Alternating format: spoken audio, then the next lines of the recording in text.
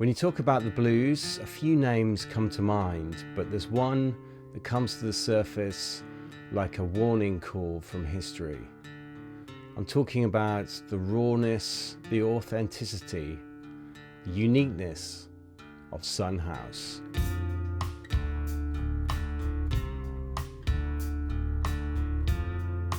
I'm Ben Hemming, welcome to my channel, and today we're talking about an artist who didn't just play the blues, but he lived it. Son House was a testament to the blues ethic that came through the Delta and came out of really the tradition of the Delta sort of bluesman. Son House wasn't concerned with polish or perfection. Instead, his music came out of a place of conflict and conviction. Raised in the Deep South in the turn of the century, he grew up surrounded by the church, and it's that influence that is concerned with everything that Son House did. There's a constant battle between good and evil, saint and sinner with his music. On one hand, he's trying to be the good Christian, and the other, he knows he's a man destined to sin. When you listen to Son House, you're hearing a man torn between salvation and sin.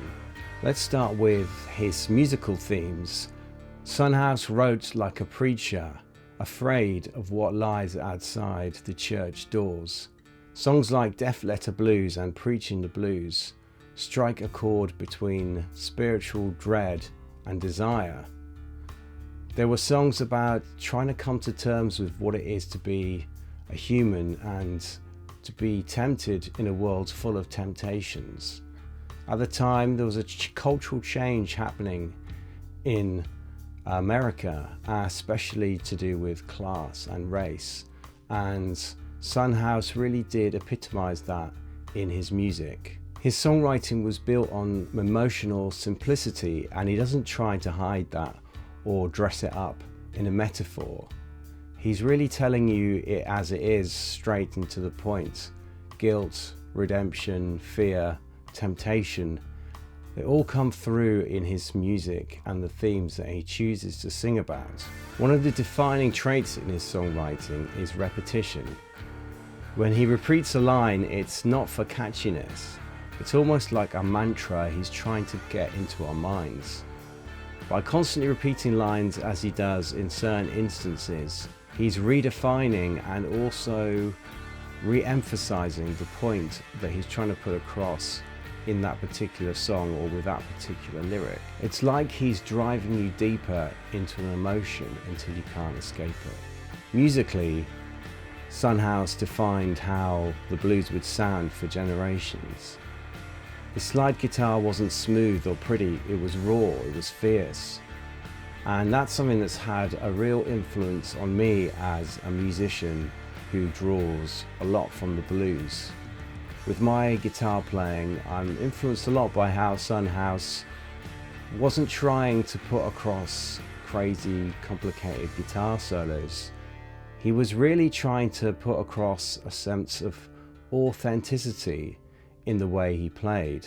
What he was trying to achieve was he was trying to use it as part of his songwriting vocabulary. The guitar for him was a way of telling a story through music, like his lyrics were. It wasn't a means into itself.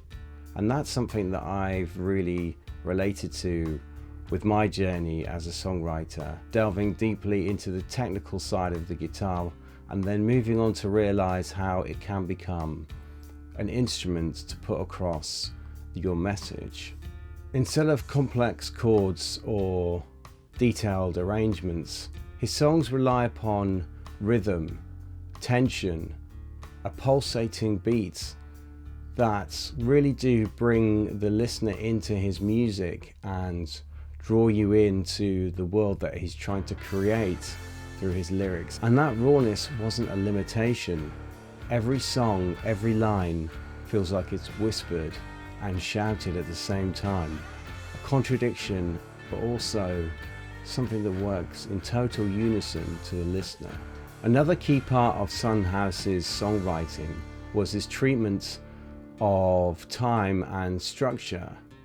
Because he rarely played with a band on his recordings, he relied a lot on his own sense of tempo and rhythm, and he used that to emphasize choruses. There was an ebb and flow about the way he chose to perform. The songs often follow emotion rather than the rules, and that's why they have that feeling of organicness and being alive. It's almost like he's bending and stretching time through his songs. He's not sticking to a strict pattern, and that really does bring a sense of the organic and the sense of a rawness and authenticity in his music. And maybe that's the strongest lesson we can take from Son House's songwriting. The blues isn't about technique or perfection, it's about the truth. And Son House really does epitomize that with the rawness of his music. He wasn't trying to sing in a way that was polished. He was trying to sing in a way that was personal and emotional. In his music, he was putting across his most vulnerable and personal stories. And as a listener and also as a songwriter myself, I find that really inspiring, especially in today's modern age where that vulnerability and honesty is often lost in the generic pop music which we hear today. It's something that is really inspiring, and it draws you back to the roots of modern music and the blues.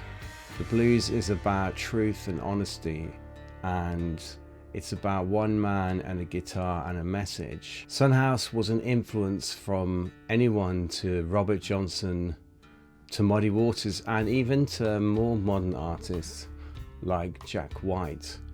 He really has been a massive influence that is often understated or under-realized in people's minds. So if you're a songwriter looking for influence, then look no further than Son House. The rawness, the emotion, the simplicity that comes across in his music, even as a pure music enthusiast, you can gain a lot from what Son House was trying to achieve. It really is almost a life lesson to hear his music and the stories of his life. It's something that's very inspiring to me and something that could be very inspiring to you. So do check him out, because I do feel he's very underrated in today's musical landscape. If you enjoyed today's breakdown, then do hit subscribe and give me a like. Also in the description below there's a link to where you can buy my ebook on songwriting, so do check that out if you're an inspiring songwriter, and I'll see you guys next time.